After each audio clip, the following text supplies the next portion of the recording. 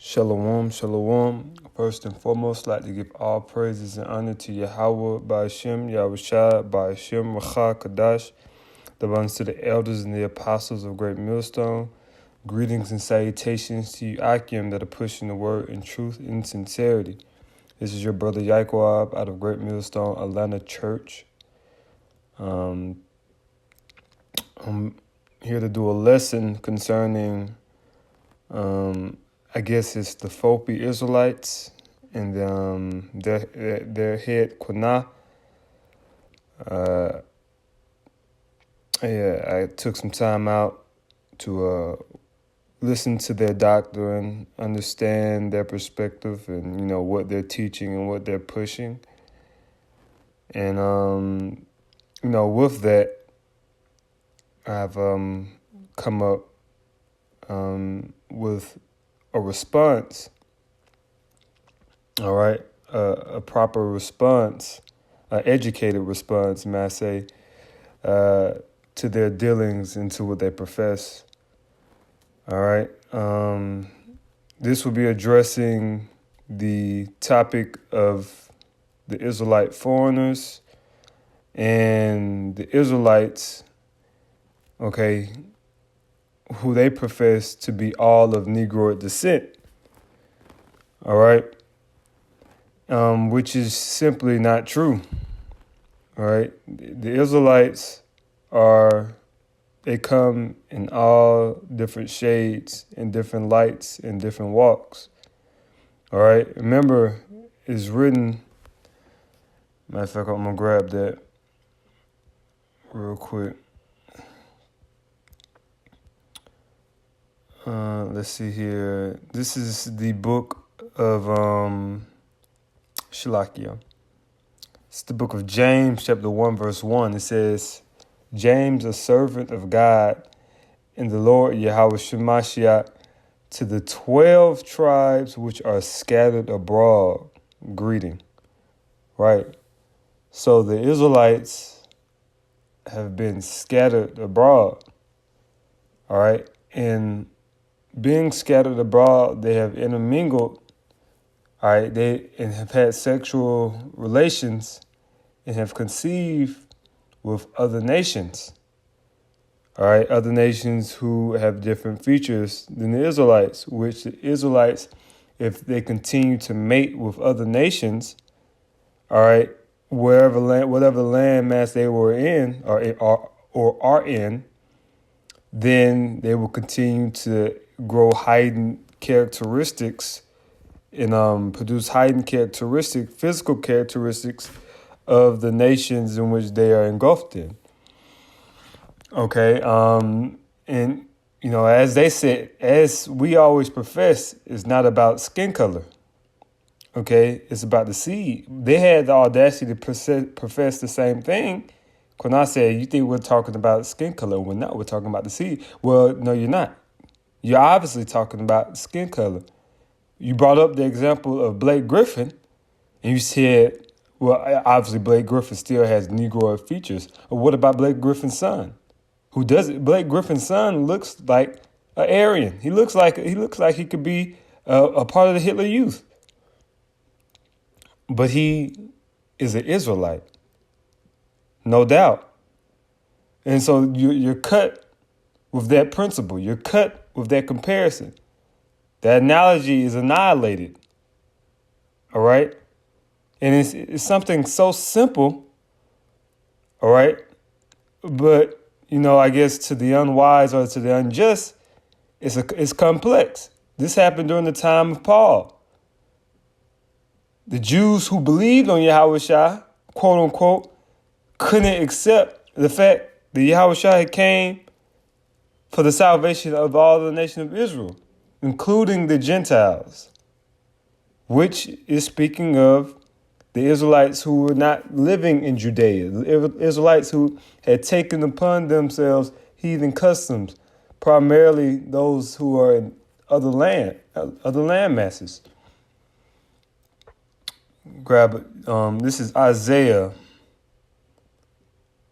It's Isaiah chapter 11, verse 11. it says, and it shall come to pass in that day that the Lord shall set his hand again the second time to recover the remnant of his people. And who are the Lord's people? Israelites. It says, which shall be left from Assyria, and from Egypt, and from Pathros, and from Cush, and from Elam, and from Shinar. Now listen to these different land masses, man. These different nations that these people are going to be dwelling among. It says Assyria, from Egypt, from Pathros, all right, which is also is in Egypt. It says, and from Cush, which is Ethiopia, and Elam, which is India, and from Shinar, which is Babylon, Iraq. It says, and from Hamath, and from the islands of the sea. See? And from the islands of the sea. All right, and Hamath, which means fortress, is an area in northern Israel, or north of Israel, may I say. But the point is there. The point is that the Lord is going to recover his people from being scattered amongst all different nations. All different nations. All right? And so it's important, and that this goes for all of us, for those who oppose the doctrine of the Northern Kingdom, or may I say the Native Americans and the Hispanics being Israelites. And for us, we are not allowed to stretch the scriptures. We don't have that authority. I don't care, who you are. You don't have that authority to stretch the scriptures. The scriptures of Yahweh Shem Yahushua are written in blood. They're written in stone. Not for your doctrine's gain, or to make something fit for what's a point that you're trying to make. You can't take the scriptures and do that.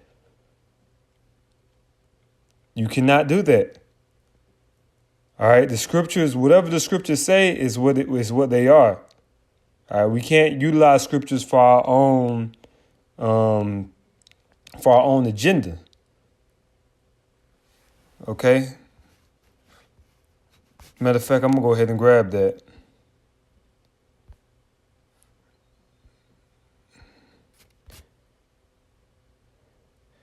So this is important for all of us to understand. We cannot take scriptures and use them for our own agenda.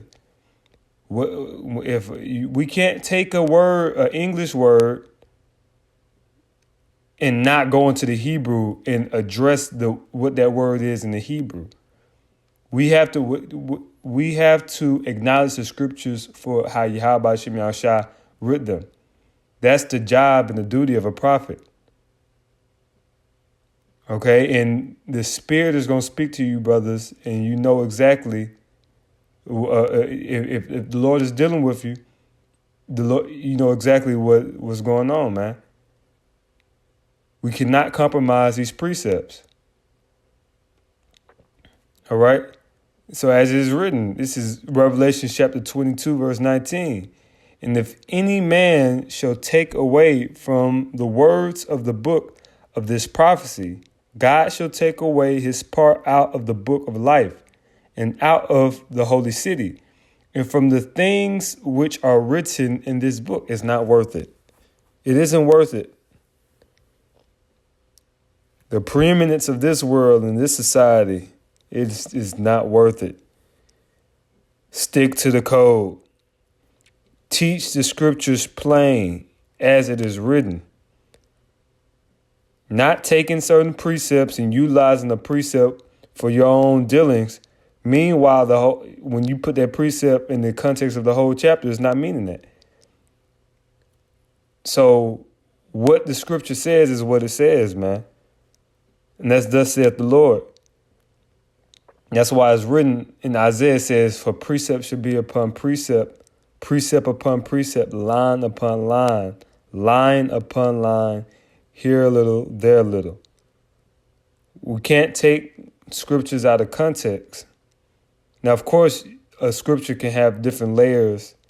All right, Apostle Gabar speaks about, how this truth is like onions, and it's different layers that can be, peeled off, and of understanding and different, figurative and literal and prophetic meanings, historical meanings. Scripture can mean multiple things, yes, but just completely taken out of context and utilizing the scripture for your own agenda and to prove a point. Now, a point can be legitimate, but utilizing certain scriptures to push that point when that scripture is not talking about that, we can't do that. All right?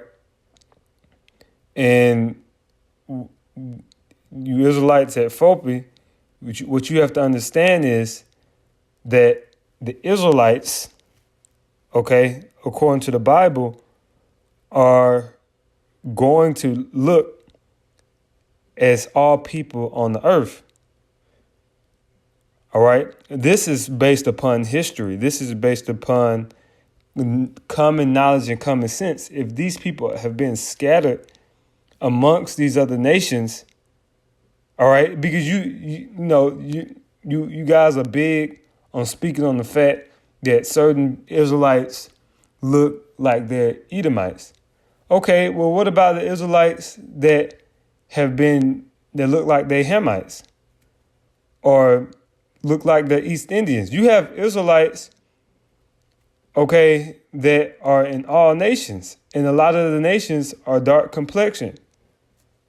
A lot of those Israelites in West Africa had mothers that were Hamites, and that has affected their features slightly. But are you getting on them? No, you're just getting on people who look or have Edomite characteristics. You say it's abomination to have stringy hair. No, it's not. No, it is not. That is not an abomination. Where is that in the scriptures that it's abomination to have stringy hair? You're adding.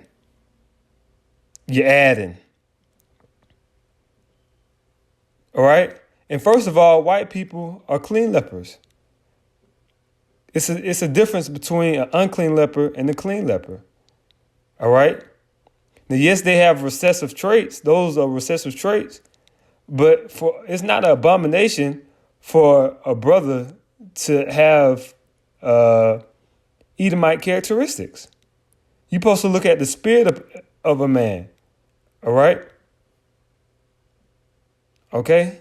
And likewise, you not all nations have kinky hair. You got the East Indians that a lot of them are darker than you. You have East Indians darker than you with straight hair. So what now? See, when you just go based upon physical characteristics, you set yourself in a warpole of trouble, man. You set yourself in a warpole of trouble.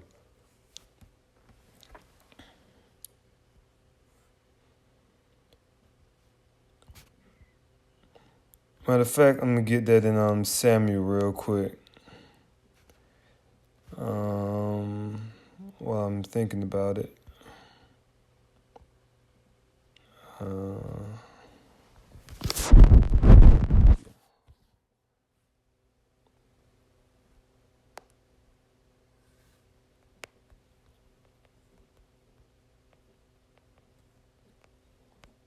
think that's in 2 Samuel. Or it's 1 Samuel, Shalakia. This is 1 Samuel chapter 16, verse 7. It says, "But the Lord said unto Samuel, Look not on his countenance, or on the height of his stature, because I have refused him. For the Lord seeth not as man seeth. For man looketh on the outward appearance, but the Lord looketh on the heart." See, the Lord looks upon the spirit, the heart.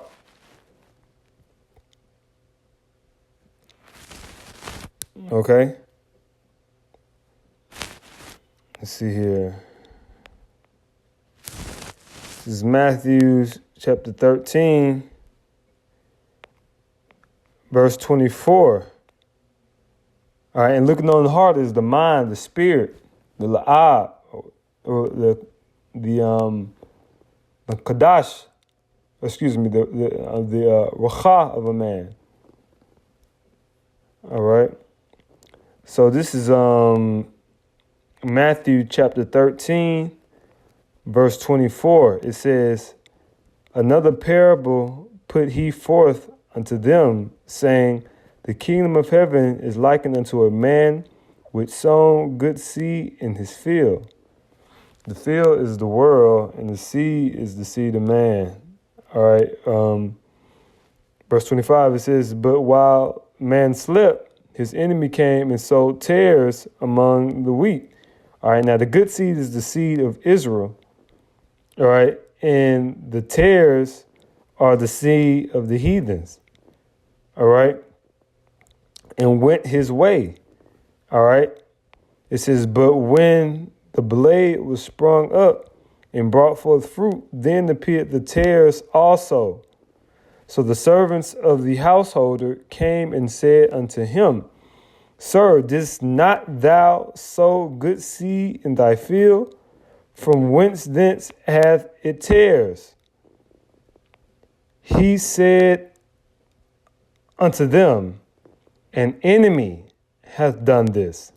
The servants said unto him, wilt thou then that we go and gather them up?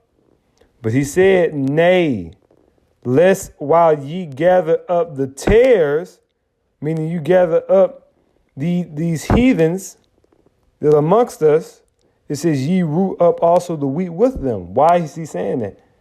Because you're going to have the wheat that appear as if they are tares, that appear as if they are heathens. And the same is for the good seed. You're going to have heathens that look as if they're the good seed, but they're not. You're going to have heathens, certain people amongst us look like Israelites, but they're of the stock of other nations according to their seed. See? Verse 30, it says, let both grow together until the harvest, and in the time of harvest, I will say to the reapers, gather ye together first the tares, and bind them in bundles to burn them, but gather the wheat into my barn, which is the Lord's tabernacle. All right? And so the angels, because those are the reapers, the angels, they are going to do the sifting and the severing as far as is concerned about, heathens amongst Israel. That's not your job. That's not your duty. Now, of course, we're not about to just let an Edomite, not only let an Edomite, into the camp, but that's not going to be based on his skin complexion.